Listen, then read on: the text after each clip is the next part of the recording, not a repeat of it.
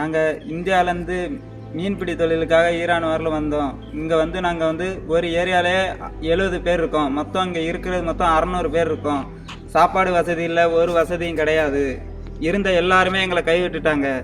நீங்கள் தான் எவ்வளோ முயற்சி பண்ணி எங்களை வெளியே எடுக்க முடியுமோ நாங்கள் எங்களால் முடிஞ்ச அளவுக்கு முயற்சி பண்ணி பார்த்துட்டோம், முடியாது. ஈரானில் தமிழக மீனவர்கள் 600 பேர் பரிதவிப்பு.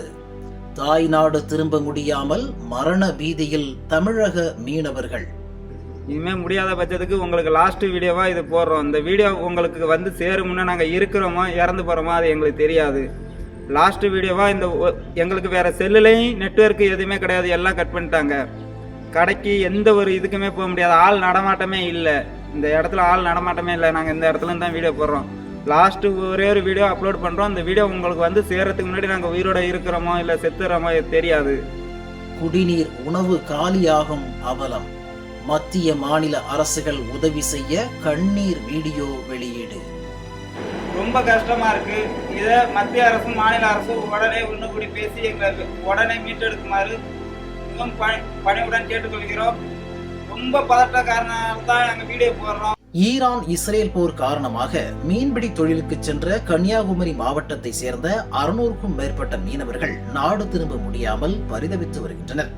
மீனவர்களை மீட்டு தாயகம் கொண்டு வர கோரி மீனவர்களின் குடும்பத்தினர் மத்திய மாநில அரசுகளுக்கு மனு அளித்து வருகின்றனர்.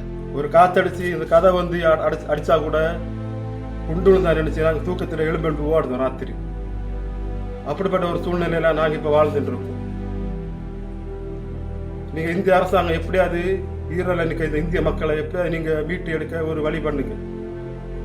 அதே மாதிரி பக்கத்து ஊர்ல கத்தார், சவுதி, துபாய் அங்கேலாம் நிற்க இந்திய மக்களை காப்பாற்ற மட்டும் இந்திய அரசாங்கம் முயற்சி பண்ணுதான்.